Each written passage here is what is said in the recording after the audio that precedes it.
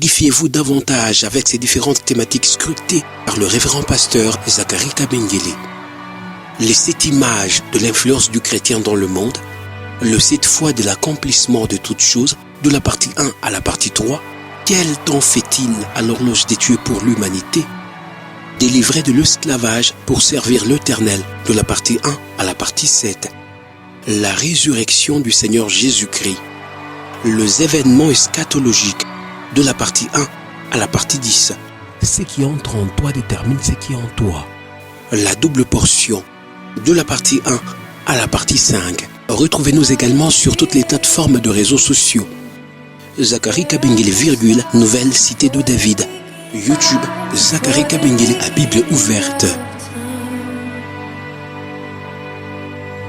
Oui, bien aimés, nous disons tous Amen. Ndio wapendwa, sote tunasema amina. Bénissons le nom du Seigneur. Tunabariki jina la Bwana. Et maintenant, Na sasa c'est le temps pour écouter la parole. ni wakati ya kusikia neno. Et souvenons-nous que nous écoutons le Seigneur Na tukumbukeni ya kwamba tuko namsikiliza sur la Bwana pensée suivante. kuhusu onyo hii, Délivré de l'esclavage mwenye kufunguliwa toka pour utumwa servir l'Éternel kwa Dieu. sababu ya kumtumikia Bwana Délivré Mungu, de l'esclavage mwenye kufunguliwa toka pour utumwa servir l'Éternel juu ya Dieu. kumtumikia Bwana Mungu. Et au début de chaque séance, Na kwa mwanzo ya kila ibada nous donnons l'obligation de vous rappeler ces passages clés. tunajipana ile shurti ya nini, kupatia ile tamko ama shairi mnene. Apocalypse chapitre 1er, Ufunuo sura ya kwanza le verset 5 et 6. shairi ya 5 odi wa 6. Apocalypse chapitre 5, Ufunuo 5 le verset 9 et 10. 9 odi 10.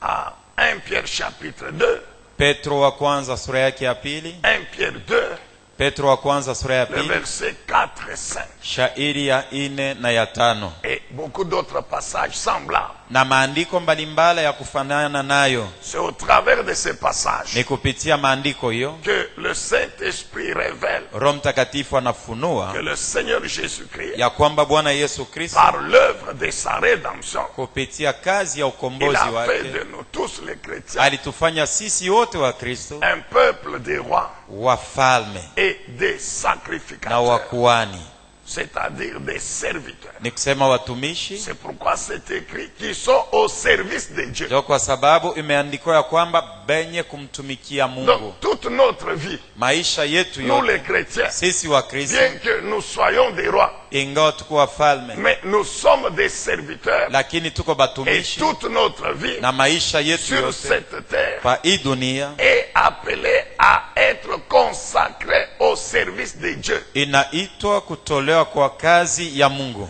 consacrée à servir l'Éternel mwenye kujitoa juu ya kumtumikia tous Bwana les jours, kila siku, tous les jours. kila siku. Alors les serviteurs Alafu watumishi servent Dieu banamtumikia en lui Mungu offrant des sacrifices. mukumtolea zabihu. Les sacrificateurs servent l'Éternel en offrant des Wakuhani sacrifices. wanamtumikia Bwana mkumtolea zabihu, Et le premier sacrifice spirituel, na zabihu ya kwanza ya kiroho c'est notre vie consacrée à obéir à Dieu, ni maisha yetu yenyewe tunajitoa juu ya kumtii Mungu, à mettre en pratique toutes les lois, tous les commandements de l'Éternel contenus dans sa parole. weka katika matendo sheria, amri yote inapatikana ndani ya neno lake. Référence faite à Exode chapitre 20. Na tuko nasemea Kutoka 12 Les 10 commandements amri 10 avec toutes les autres lois connexes na masheria ingine yote yenye kuambatana qui nayo ont été résumées ilifupishwa par le Seigneur Jésus-Christ. na Bwana Yesu Kristo. Matthieu 22, Mathayo 22 34 à 40. 34 odi 40. Pendant que nous obéissons à Dieu, Wakati tuko na mtii Mungu en pratiquant toutes ces lois, mukutenda masheria yote tous les jours, na kila siku nous lui offrons des sacrifices spirituels. tunamtolea zabihu ya kiroho, Sacrifices spirituels. zabihu ya kiroho, La louange, sifa, l'adoration, maabudu, la prière maombi, et l'écoute de sa parole. kusikiliza neno lake Tous les jours. kila siku. Maintenant, parmi nous, Sasa katikati yetu ceux que Dieu a chargés, bale Mungu alipana kazi, il leur a donné une charge dans l'église. aliwapatia kazi mkanisa. Ici nous parlons des dons, des appels ministériels. Hapa tunasemea zawadi na mwito ya huduma, Ils exercent ce ministère-là aussi tous les jours. na banakuwa natumikisha ule huduma kila Et nous siku. terminerons par les sacrifices matériels et financiers. Na tutamalizia juu ya zawadi au vitu vya Pour l'instant, kutoa na fedha. Hapa sasa Nous sommes en train de parler tuko na ongea du deuxième groupe de sacrifices. juu ya kundi ya pili ya C'est-à-dire zabibu, la louange, kusema sifa, l'adoration, maabudu, la prière. maombi, Et nous terminerons par na l'écoute de la tutamalizia parole. na kusikiliza neno la Mungu. Alors nous avons déjà parlé de la louange. Tulisha ongea kuhusu Nous avons sifa, parlé de l'adoration. maabudu tulisha Et nous isemea, sommes en train de parler de la prière. tuko nasemea juu ya maombi. Et concernant la prière, Na yene kuelekea maombi, bien-aimés, nous nous donnons l'obligation de vous faire cette synthèse rappel. wapendwa, tunabeba ile mpango ya kufupishia maneno juu ya kukukumbusha, Car c'est extrêmement important. kwa sababu ni ya muhimu. Je ne me gêne pas de vous rappeler aussi Mimi sizuize kukosa kukumbusha tena, à cause de sa bonté, kwa sababu ya wema de wake son amour, na upendo wake. Dieu nous a établis rois et sacrificateurs. Mungu alituweka kuwa wafalme na wakuhani, C'est-à-dire des rois qui règnent en le servant. ni kusema wafalme wanayotawala mkumtumikia, Mais il a préparé pour nous une récompense. lakini alitutayarishia malipo. Donc ce n'est pas en vain que nous servons Dieu. Atumtumikie Mungu kwa bure.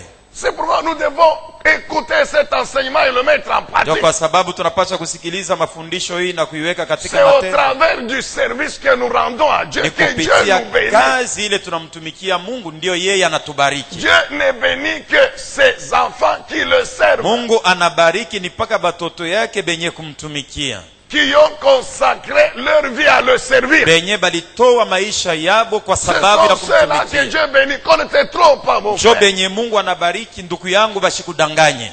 Jean chapitre 12, Yohane 12 le verset 26. shairi yake 26. Jean, note bien, Jean 12, 26. Andika mzuri, Yohane 12:26. Si tu nous suis, tu peux le voir, tu peux le lire sur l'écran. Kama uko natufata utaisoma pakionesha mbali, Sur l'écran, là, chez toi, à la télévision, Wako ou au travail, là. nyumbani. Voilà ce que Jésus dit. au kukazi, sikia, ona yenye Yesu anasema. Il dit, si quelqu'un veut être à mon service, Anasema kama mtu anapenda kunitumikia, qu'il me suive. anifate. Là où je serai, Kwenye mon nitakuwa, serviteur y sera aussi. mtumishi wangu naye Si atakuwa pale. quelqu'un est à mon service, le Père l'honorera. Kama mtu ananitumikia, baba yangu atamheshimisha. C'est ça la récompense. Njo malipo.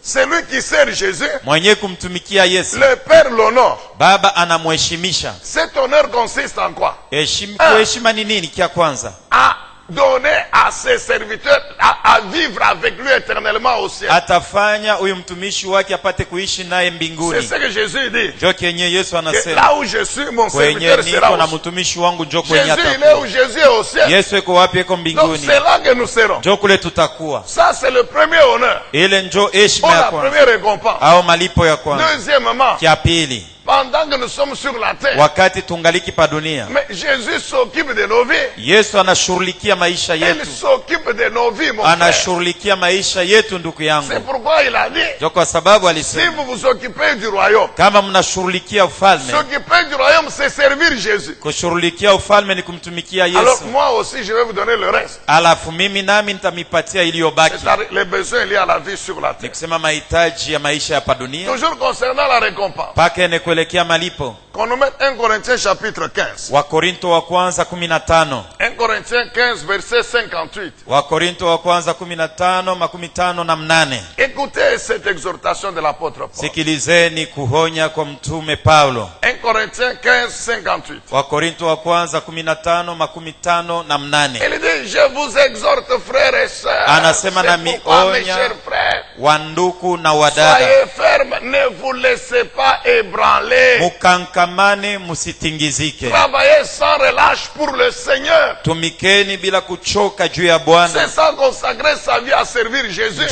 Njo kutoa maisha yako kwa sababu ya kumtumikia Yesu. Et quand vous allez le faire, Na wakati utayofanya, l'apôtre dit quoi? mtume anasema nini? La peine que vous donnez Na là, hata au kujitaabisha service kwako n'est pas inutile. juu ya kumtumikia Mungu si Il kwa y a des bure. versions qui disent, ça ne sera pas sans récompense. Na kuna ufafanuo wengine nasema haitakosa malipo.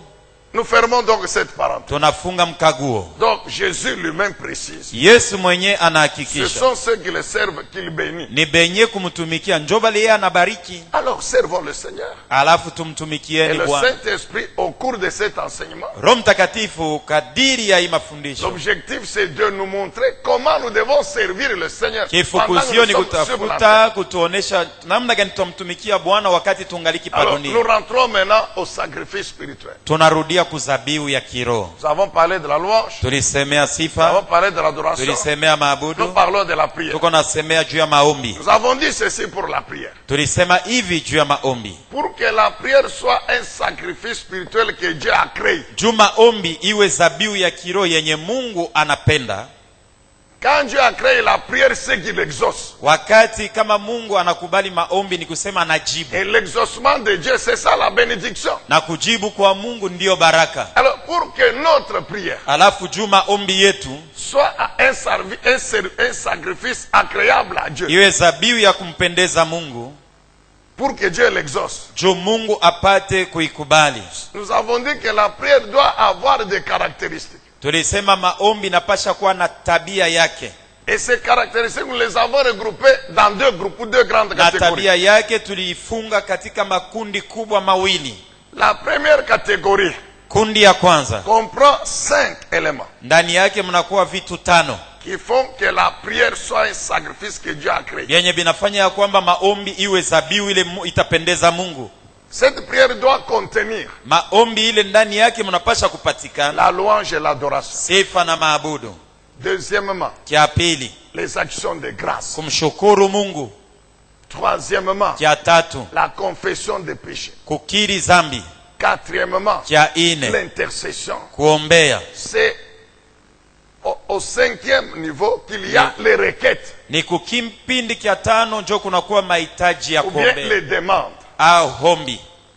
C'est vrai, vous pouvez intervertir cet ordre. Ni kweli unaweza kugeuza, unaanza pa hilo Mais tanzia ce qui ingi, est important, lakini ya muhimu c'est de faire un effort pour que ces éléments soient dans ta prière. ni kufanya nguvu hivi vitu 5 vipatikane ndani ya maombi Et yako. nous avons dit que quand nous considérons Na tulisema ya kwamba tukiangalilisha la leçon sur la prière que Jésus lui-même nous a donnée, somo juu ya maombi yenye Yesu alitupatia, Matthieu chapitre 6, Mathayo sura yake ya 6 le verset 9 à 12, mstari wa 9 hadi 12, Jésus révèle la prière de Dieu notre Père qui est aux cieux. Yesu anafunua maombi ya Baba yetu aliye mbinguni. Nous avons dit que cette prière comprend 2 parties. Na tulisema maombi hii inakuwa na sehemu Bien mbili. aimé, nous rappelons ces choses pour que ça reste dans votre mémoire, dans Wapendwa, votre esprit. tunakukumbusha hivi vitu hivi vibakie ndani yako, ndani ya Ouais, dans ukumbusho, la ndani ya première roho. partie, Sehemu ya kwanza unaona Jésus lui dit quoi? Yesu anasema nini? Commencez par sanctifier le nom de l'Éternel votre Dieu. Anzieni kwanza na kutukuza jina la Baba Mungu wenu. C'est le glorifier, Ni kumtukuza, c'est le bénir. ni Nous kumbariki. avons déjà expliqué ce que c'est que bénir l'Éternel. Tulishafasiria kumbariki Mungu ni kusema nini. Ensuite, Na kisha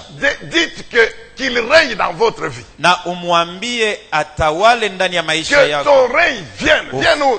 Dans ma vie d'abord. Ufalme wako uje. Ije wapi? Ndani ya maisha yangu Que ton kwanza. règne vienne dans ma vie d'abord. Dans la vie de toi qui prie. Ufalme wako uje ndani ya maisha yako wewe mwenye kuomba. Troisièmement, Kia que tatu, ta volonté soit faite. mapenzi yako yafaniwe. Soit faite où? Yafaniwe wapi? Dans ma vie d'abord. Kia kwanza ndani ya maisha Moi yangu. qui suis où? Mimi niko wapi? Qui suis sur la Niko terre. pa dunia. Cette volonté dans ma vie, Mapenzi yale ndani ya maisha elle yangu est la même que celle que toi tu as au ciel. ni hiyo hiyo yenye inapatikana kumbingu. C'est-à-dire ma vie sur la terre. Nikisema maisha yangu C'est ce dunia, que toi tu as déjà décidé au ciel. jo mpango yako ya kumbingu. Donc que ce soit ce que je dois devenir sur la terre. Iwe kenye nitakuwaka pa dunia, Que ce soit ce que je dois avoir. iwe vyenye nitakuwa navyo, Que cela soit conforme à ta volonté. ilinganishwe na mapenzi Ce yako. qui fait que Ni kusema si je te demande quelque chose kama nakuomba kitu fulani qui n'est pas conforme à cette volonté, akilinganishwe na mapenzi yako, eh bien tu ne vas pas me la donner. ni J'accepte. kusema hautanipatia C'est na ça la naitikia. conséquence, mon frère. Njo matukio ndugu Ce yangu, qui fait que dans la deuxième partie, na ni vile ndani ya sehemu ya il y pili a maintenant les requêtes. kunakuwa sasa mahombi. Donne-moi. unipatie le pain de ce jour. chakula chetu cha kila C'est-à-dire siku. pourvoir mes besoins. Ni kusema fariji kwa mahitaji yangu. Oui, c'est là qu'il faut demander pardon. Ni kwenye tunapasha kuomba C'est usamaha. là qu'il faut demander à Dieu la Nikule- capacité de vaincre la tentation. Kule tunapasha kumuomba Mungu uwezaji ya kushinda vishawishi. C'est là qu'il faut demander la protection. Ni La kule délivrance. tunapasha kuomba Mungu atukinge, atuchunge. Et il n'y a pas moyen d'inverser. Hakuna namna ya kubigeuza Vous pouvez kuanzia dire, moi, la première partie, ça ne m'intéresse pas. ja kusema milo wangu sehemu ya kwanza haina mambo yangu. Je fais fi de la volonté de Dieu. Ni mapenzi ya Mungu, milo wangu ile mambo hainyangalii. J'ai pas besoin qu'il vienne régner dans ma vie. Mimi sihitaje hawe atawale maisha Moi, yangu. ce qui m'intéresse, Mimi kile lwangu niko natafuta. donnez-moi, donnez-moi. Wewe nipatie Tu kifulani tu. perds ton temps, mon frère. Uko napitiza wakati bure Donc, ndugu yangu. disons que nous nous sommes appuyés sur la leçon que Jésus a donnée Tulisema tunaegamia kuhusu somo Yesu alitupatia. pour définir les 5 premiers éléments de Jua la prière. kufafanua mavitu 5 vinayoelekea maombi. Louange et adoration. Sifa na maabudu. 2, action de grâce. Cha pili kumshukuru. Cha confession tatu de péché. kukiri zambi. 4, Cha intercession. ine kuombea. Et 5, les requêtes. Na cha tano kuomba vyenye Et unahitaji. détails sur ces éléments, vous n'avez qu'à écouter les enseignements qui sont déjà passés. Na hata vifayo vya mafundisho hii unaweza kufata mafundisho yaliyoshapita. Vous allez sur YouTube, sur Facebook, vous Unaenda trouverez. mu YouTube, Facebook, unaenda kuma vitu Ou bien, mbalimbali utapata. venez à la RTH. Au kuja ku radio na television. Demandez, on va vous donner le support, mon frère. Omba na utapata kenye Ça unatafuta. ne coûte que 3 000, 4 000 francs. Bei yake ni franga 3,500 au continuons. 4,000. Tunaendelea. Le deuxième groupe maintenant d'éléments Alafu vitu sasa ili vine kupatikana mkundi ya pili. n'est pas inséparable du premier groupe. Hawezi kuvitenganisha na ile kundi ya Au kwanza. contraire, il est même aussi important, plus important même que le premier groupe. Lakini kwa kinyume ni vya mafaa zaidi tena kwa hata kushindia vile ya sehemu ya Dans kwanza. ce deuxième groupe d'éléments, Kwa sababu hii kundi ya pili nous trouvons ceci. tunakuta amo hivi. 1. Cha kwanza, Il faut prier par Jésus-Christ et au nom de Jésus. maombi yako kama uko naiomba, uiombe kwa nguvu ya Yesu Kristo na kwa jina la Yesu Kristo. Donc, la prière a les 5 éléments. Maombi iko na vifai vitano. Mais pour qu'elle soit exaucée par Dieu, Na njuu Mungu ajibu maombi il yako. faut qu'elle soit faite, qu'elle passe par Jésus et faite en son nom. Tafadhali maombi yako yenye ifaniwe kwa nguvu ya Yesu na kwa Elle jina doit lake. être faite, elle doit passer par le Saint-Esprit. Na inapasha kufaniziwa kwa msaada ya Roho C'est-à-dire Mtakatifu. celui qui prie doit être conduit, dirigé, orienté, inspiré par le Ni Saint-Esprit. kusema mwenye kuomba anapasha kuongozwa, anapasha kusaidiwa na mwenye kuvuviwa na Roho Mtakatifu. Elle doit être faite avec foi. Na unapasha kuomba maombi yako na imani. Elle doit être faite sans douter. Na unapasha wakati uko naomba Car là usiwe où il na y a la shaka. foi, il n'y a pas le doute. Penye panakuwa imani na shaka haiko. Elle doit être faite avec sincérité Una- de cœur, humilité, mon frère. Unapasha kuomba maombi yako na moyo wa uwaki na unyenyekevu. Et la liste, elle est longue. Na daftari ni mrefu. Amen. Amina. Hier, Jana dans le cadre de notre émission à Bible ouverte, mu emission yetu Biblia iko wazi, nous avons commencé à parler sur ces éléments. tulianza kusungumzia juu ya hivi vitu. Qu'on nous mette Jean chapitre 14, Utuweke Yohane 14. le verset 13 et 14. Shairi ya 13 hadi 14. C'est Jésus lui-même, Ni Yesu mwenyewe, pas une autre personne. hapana mtu Ce mwingine. n'est pas un prophète Ana nabii qui déclare. anasema. Non, non. Hapana. C'est Jésus lui-même qui fait cette déclaration. Ni Yesu mwenyewe anatangaza maneno. Il dit en quoi et quoi que ce soit que vous demandiez en mon nom, Anasema chochote mtaomba kwa jina langu je le ferai nitakifanya, pour que la gloire du Père soit manifestée par le Fils. hivi utukufu wa Baba uonekane kupitia mwana. Je le répète. Nasema tena, Si vous demandez quelque chose en mon nom, je le ferai. mukiombe kitu chochote kwa jina langu nitakifanya. Dites Amen, peuple de Dieu. Semeni amina, batoto ya Mungu. C'est Jésus qui parle. Ni Yesu anaongea. Et nous savons que nos prières, c'est adressé à Jésus. Na tunajua maombi yetu tunaiombaka tuko nampelekea hayo Yesu. Il dit que toutes vos prières, Anasema maombi yenu vous yote pouvez demander tout ce que vous voulez. naweza kuomba chochote, Mais n'oubliez jamais lakini msisaulike que vous devez passer par mon nom. munapasha kuiomba ni kwa jina langu. Donc il faut que je sois dedans. Tafadhali mu maombi yako ni wemo. Vous ne pouvez rien demander à Dieu sans passer par moi. C'est ce que Jésus dit. Hawezi kumuomba Mungu kitu hata kimoja bila kupitia kwangu mimi. Jean chapitre 15 verset 16. Yohane 15:16. Jean 15 verset 16. Yohane 15 shairi yake ya Voici ce que 16. le Seigneur de Jésus déclare. Sikieni kile Bwana Yesu Kristo anatangaza. Il répète la même chose. Anasema sawa sawa. Il dit c'est pas vous qui m'avez choisi. Anasema sio nini mlinichagua c'est hapa. moi qui vous ai choisi. Ni mimi nilimchagua. Alors comme je vous ai choisi, Sasa vile je vous nilimchagua ai donné aussi la mission d'aller, na mipatia na mwe kazi de ya porter du fruit. na hata kuzaa Nous allons matunda. parler du fruit. Tutasemea matunda Et que ce fruit abonde, soit dur. na ile matunda idumu. Alors le Père vous accordera tout ce que vous lui demanderez en mon nom. Na sasa Baba atamipatia chochote mtamuomba kwa jina Il langu. le répète 3 fois en l'espace de 2 chapitres. Anasema mara tatu mu masura kabisa mbili. Jésus dit quoi? Yesu anasema nini? Dieu le Père, Mungu Baba pour exaucer vos prières, juu ya kujibu maombi il yenu, le fait en mon nom. tafadhali muifanye Donc muiombe vous kwa pouvez jina langu. monter, descendre. mon Unaweza frère. kufanya vile vyote nataka. Je vous ai déjà dit ceci. Nilisha kuambiaka hivi. Même si votre prophète là, Hata ule nabii il wako a ule déjà ressuscité tout un cimetière. alisha kufufulaka bantu kaburi mujima Mais shimwana pour fufula. que Dieu le Père écoute votre prière, Lakini njuu Baba Mungu ashikie maombi vous yako. devez la faire au nom de Jésus. Unapasha kuiomba kwa jina la Yesu.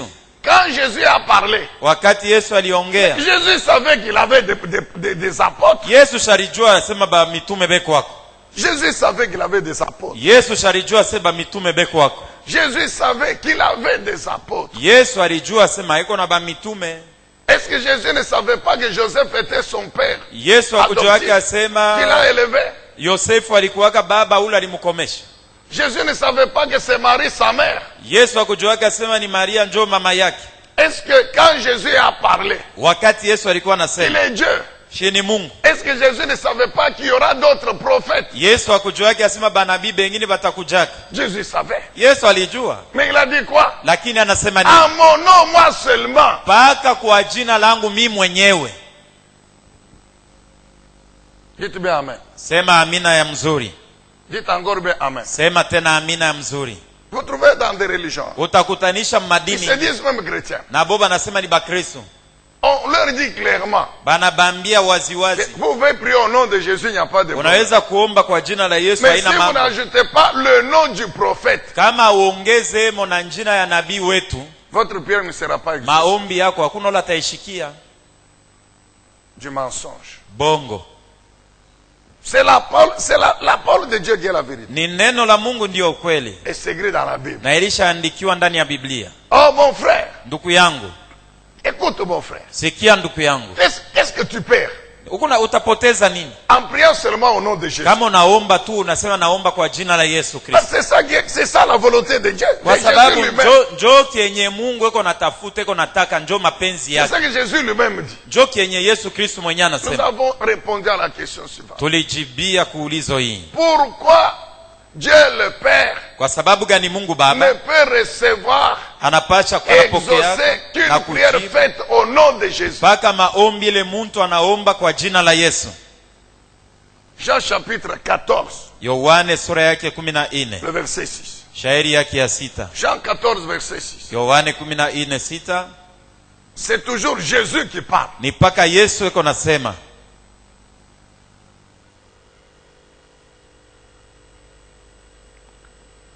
Le chemin, Njia, répondit Jésus, c'est moi. Yesu anajibu anasema ni mimi. Parce que je suis également la vérité et la vie. Kwa sababu mpaka minjo ukweli na uzima. Personne ne va au Père sans passer par moi. Hakuna mtu atamuona Baba bila kupitia Ici, kwangu. c'est un des apôtres, ça doit être Philippe.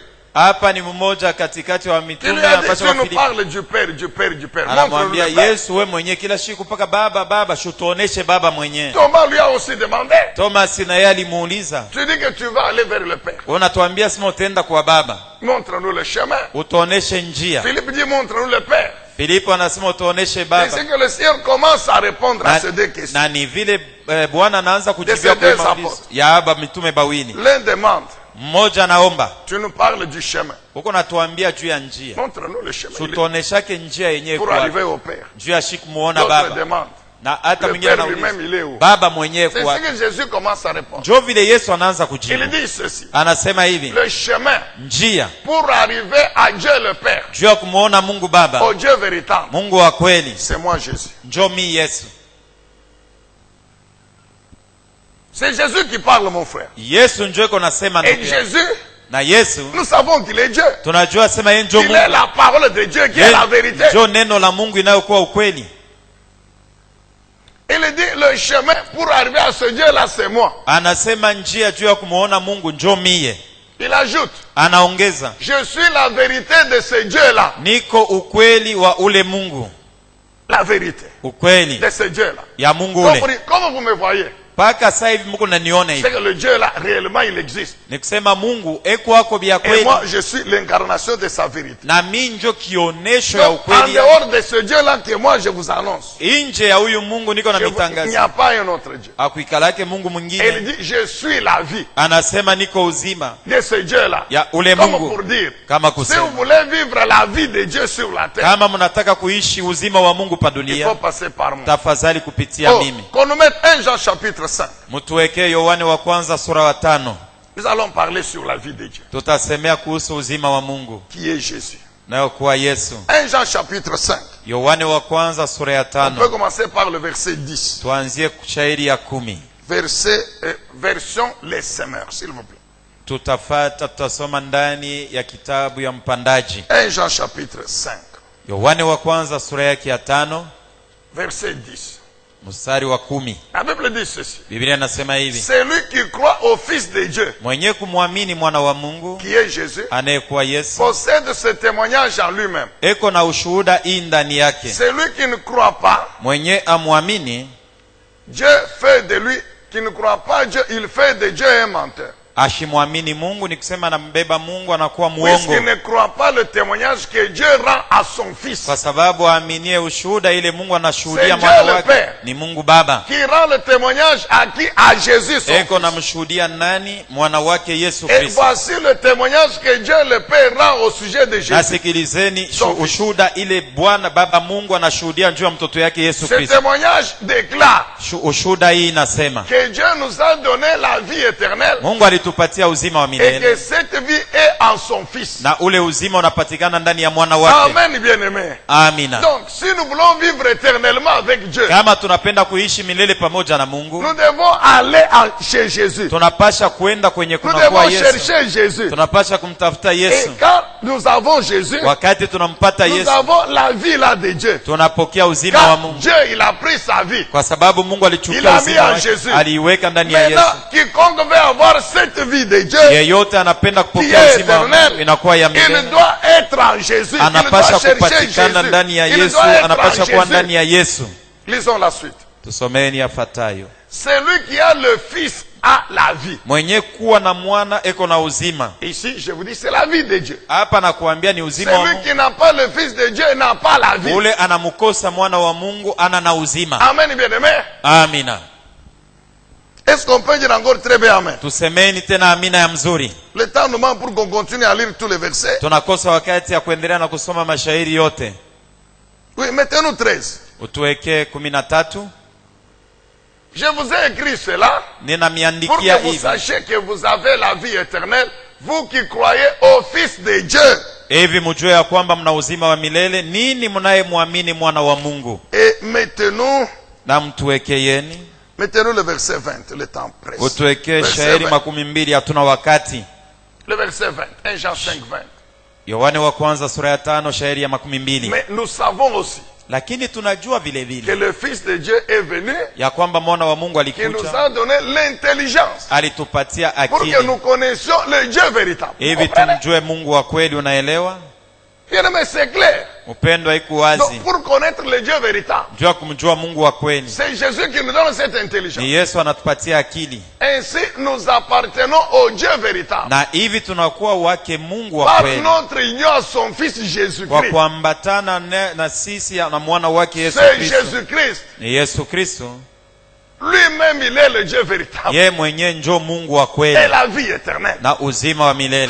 Amen, bien-aimé dans le Seigneur. Amina. Mon frère, je ne te comprends pas. Ndugu yangu shikwele, Comment tu t'obstines à continuer à prier au nom du prophète de ta religion? namna gani we na leo huko paka naendelea na kuomba kwa jina ya ule Peut-être nabii tu wa n'avais dini? jamais lu ça, mais note ça et relis Ça, et c'est demande bien. au Saint-Esprit de t'aider. Au kweme ni kusoma Yohane wa kwanza 5:12 uisome na uisomlule tena. C'est pourquoi Jésus dit Ndio kwa sababu Yesu anasema il n'y a que ceux qui demandent à Dieu à mon nom ni paka benye kumuomba Mungu kwa jina langu qui verront leur prière exaucée. njo bataona maombi yabo itapata jibu. Alors, mais il y a aussi une condition.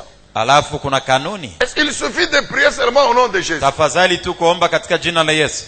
Est-ce que tout celui qui prie au nom de Jésus, il est exaucé? Yeyote anaomba katika jina la Yesu ni kusema anapata jibu. Est-ce que tous ceux qui déclarent au nom, font des déclarations au nom de Jésus ont des résultats? Bale bote banamtayaka Yesu mumambo yabo ni kusema banapataka majibu? Hapana.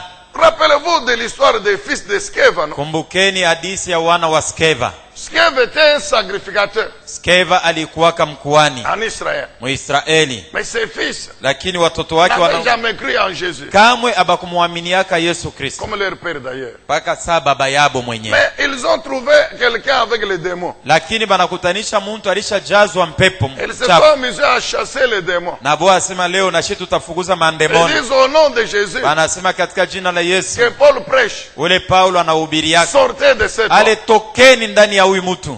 Vous connaissez la réponse des démons, non? Si mnajua byenye mandemoni libajibu wake, Les esprits démoniaques. mampepo mchafu. Ils disent, mais Jésus, nous le connaissons. Mandemona banajibu banasema Yesu uleko nasema Ah, si vous voyez, mon tunamjua. frère, les démons connaissent bien, ils savent qui est Jésus. Ona ndugu yangu, mandemona banamjua Yesu ni nani. Et ils disent, même Paul, nous le connaissons. Na banabambia batoto yake Askeva sasa na Paulo uko nataya C'est-à-dire, nous tunamjua. savons que Paul, nous connaissons quelle est la relation qui lie Paul à Jésus. Tunajua uhusiano ya Paulo na Yesu.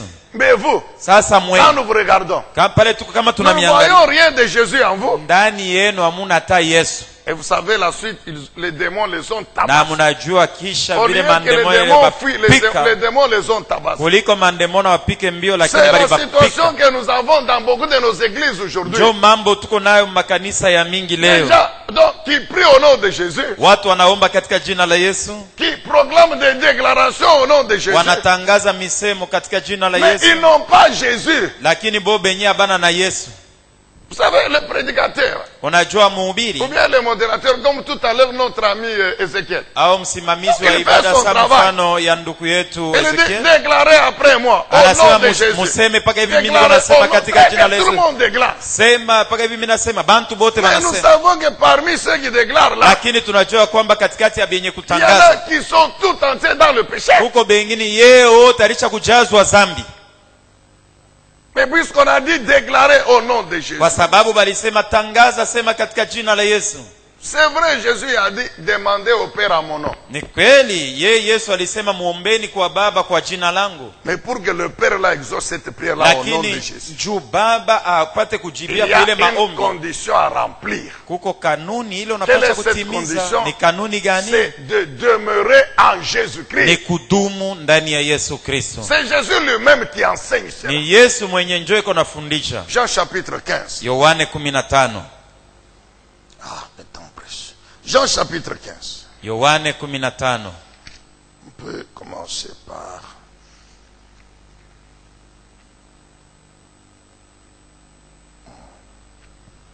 On lit à partir de 4.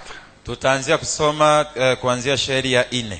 Jean chapitre 15, le verset 4. Yohane 15 mstari wa 4. Ce texte va jusqu'au verset 16. Na hii andiko inafika mpaka kumstari wake wa 16. À cause du temps, je vous demande de pouvoir noter ça. Kwa sababu hatuna wakati mrefu na kuomba uiandike Et vous lirez. na utaisoma. Quelle leçon Jésus enseigne ici? Ni fundisho gani, somo gani Yesu Kristo anapana Jésus hapa? dit ceci. Yesu anasema hivi, Que si vous voulez être agréable à Dieu, kama munapenda kumpendeza Mungu, si vous voulez que vos prières soient exaucées, ukitaka maombi yako ipate jibu, vous devez demeurer à moi. munapasha kudumu ndani yangu. Il dit, si vous demeurez en moi. Anasema mkidumu ndani yangu. Et le Seigneur explique ce que demeurer en lui. Na Bwana anafasiria kudumu ndani yake ni kusema nini. Si mes paroles demeurent en vous. Anasema kama neno langu inadumu ndani yenu. Nous avons expliqué brièvement ce que veut dire demeurer en Dieu. Na kwa ufupi tulifasiria ni kusema nini kudumu ndani ya Yesu Demeurer en Jésus. Kudumu ndani ya Yesu. Notez ceci. Kwa hivi kia kwanza. C'est l'accepter comme. C'est d'abord commencer par croire en lui. Kia kwanza anzia hapo kumwamini. Croire que Jésus est le Fils de Dieu et qu'il est Dieu. Na kuamini ya kwamba Yesu ni mwana wa Mungu na ni Mungu.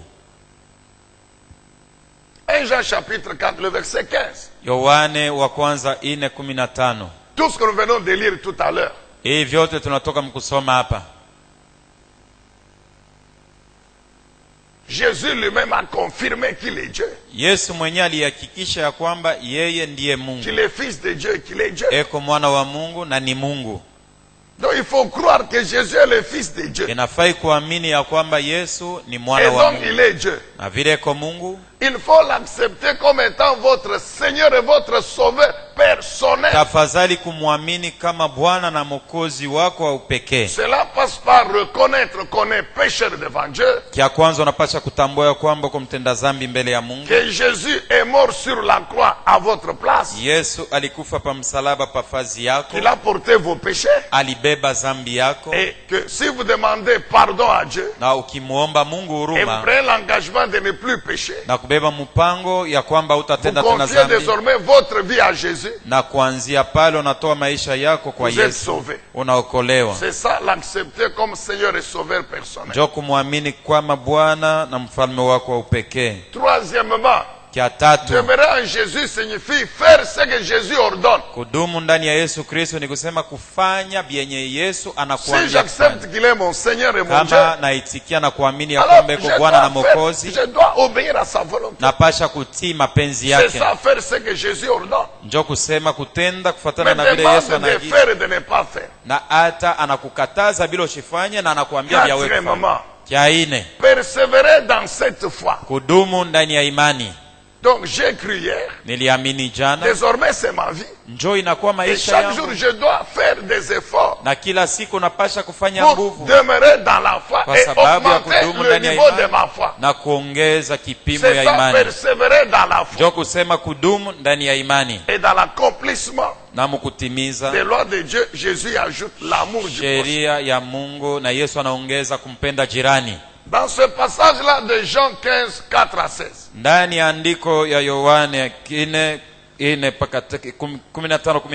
le Seigneur explique demeurer en lui, Bwana anafasiria c'est kudumu ndani demeurer yake. dans sa parole. Ni kudumu ndani ya neno lake. Alors, c'est demeurer dans la parole de Dieu, c'est Ni quoi? kudumu ndani ya neno la Mungu ni Mais kusema nini? c'est faire tout ce que je viens de vous donner ici. Ni kufanya hivi vyote Car tunatoka la parole nous kukuambia. montre comment croire en Kwa Jésus-Christ. sababu neno inatuonesha namna La gani parole nous kumwamini révèle Yesu. qu'il est le Seigneur et le Sauveur. Neno inatufunulia ya kwamba La iko parole Bwana na nous donne Mwokozi. la volonté de Dieu, les lois de Dieu, les commandements Neno de Dieu. inatupatia mapenzi na sheria na La amri ya parole Mungu. nous Neno exhorte à persévérer dans la foi. inatuonya tuendelee na kudumu ndani ya imani. Amen, bien-aimés dans le Seigneur. Amina.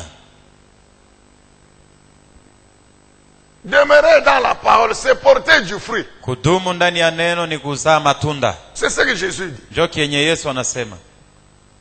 Que votre fruit demeure. Anasema matunda yako idumu. Ici, pour comprendre, allez dans Galates chapitre 5, verset 22. Juu ya kuelewa vizuri, twende katika Wagalatia 5:22. Où il est question du fruit de l'esprit. Kule banasemea tunda ya Roho. C'est-à-dire l'œuvre du Saint-Esprit dans nos vies. Ni kusema kazi ya Roho Mtakatifu ndani ya maisha yetu. Ouais, c'est bien. Le fruit de l'esprit. L'esprit, c'est le Saint-Esprit. Wanaona banasema tunda ya Roho. C'est-à-dire l'œuvre Kusema du Roho Mtakatifu. Saint-Esprit dans la vie du chrétien. Ni kusema kazi ya Roho Mtakatifu ndani ya maisha ya Mkristo. Cette œuvre consiste en quoi? Hii kazi ni À nini? rendre le chrétien capable de développer ces 9 vertus. Kumwezesha Mkristo apate kutumikisha hii tunda ine. C'est-à-dire l'amour, Kusema mapendo, la joie, la furaha, paix, la salama, patience, uvumilivu, l'amabilité, na kuwa mtu ule La wa bonté. kuitikia, wema, la fidélité, uaminifu, la douceur, pole la maîtrise de soi. na kujizuiza. Voilà les 9 vertus. Njoo tunda ine. Vous le retrouvez dans 2 Pierre chapitre 1er, utaikuta Mpetro wa pili sura yake ya kwanza à partir du 3e verset. tokea shairi yake ya tatu. La Bible dit qu'il faut joindre à votre foi Biblia inasema muongeze kuimani yenu la vertu, à la vertu la connaissance, na à la hata connaissance maarifa, l'amour, à l'amour, mapendo la na douceur, la upole, maîtrise de soi, la kujizuiza, persévérance ou la patience. kudumu, uvumilivu. C'est-à-dire votre foi doit être justifiée par ces vertus. Ni kusema imani yako inapasha kuoneshwa kupitia hii matunda. Les païens ne peuvent pas développer ces vertus dans leur vie. Wapagano kama hawawezi kuwa na hii matunda ndani ya maisha Parce yao, que les païens n'ont pas le kwa Saint-Esprit. sababu mpagano ana na Roho C'est pourquoi la Mtakatifu. Bible parle du fruit du Saint-Esprit. Ndio kwa sababu Paulo C'est-à-dire anasema de l'œuvre du tunda ya Roho Saint-Esprit Mtakatifu dans les vies des ni chrétiens. kusema kazi ya Roho Mtakatifu ndani ya maisha ya Bakristo. Amen, bien-aimés dans le Seigneur. Amina. Nous étions en train de répondre à la question suivante. Tulikuwa najibiwa kuiulizo, Pourquoi Jésus a dit kwa sababu gani Yesu qu'on alisema ne doit prier qu'en son nom, non pas au nom d'une autre personne. tunapasha kuomba paka kwa jina lake, hapana kwa jina ya Parce mtu que c'est mwingine, lui-même que Dieu a établi kwa sababu yeye ndio ule Mungu alichagua le seul chemin qui mène à lui. peke yake njia ya kupeleka Le mtu kwa seul Mungu. qui incarne la vérité de ce Dieu. Peke yake njoo anakuwa na ukweli ya Mungu. C'est en lui que Dieu a mis sa vie. Ni yeye ndani yake Mungu alitia uzima En wake. d'autres termes, mon frère, Mkusema kwingine, si ndugu tu yangu, veux voir ta prière exaucée par Dieu, kama unapenda kupokea majibu ya maombi yako kwa prie au Mungu, nom de Jésus. omba kwa jina la Mais Yesu. si tu veux, pourquoi tu dois... Donc, c'est-à-dire quoi?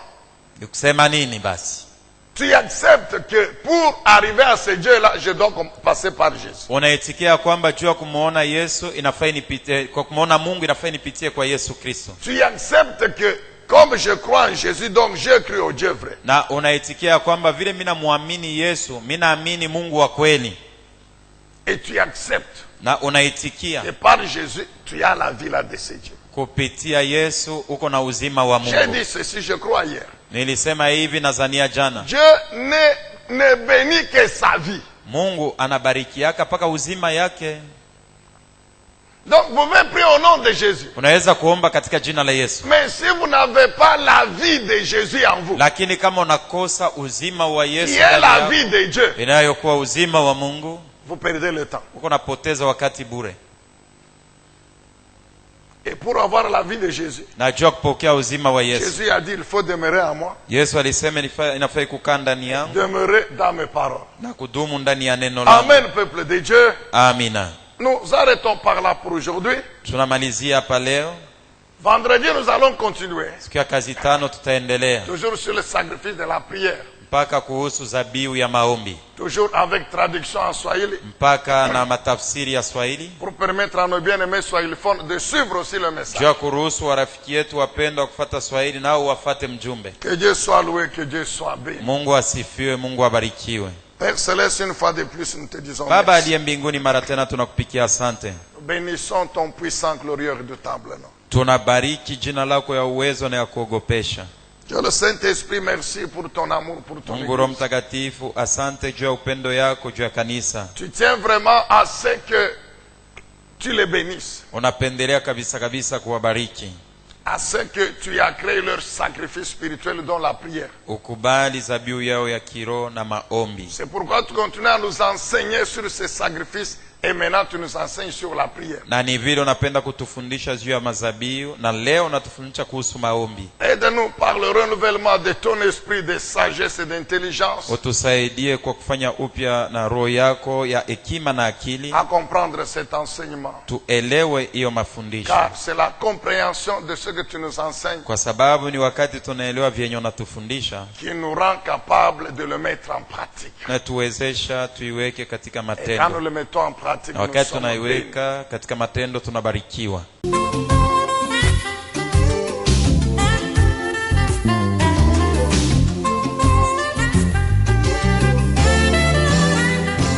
I'm gonna thank you, yes, I'm gonna praise you.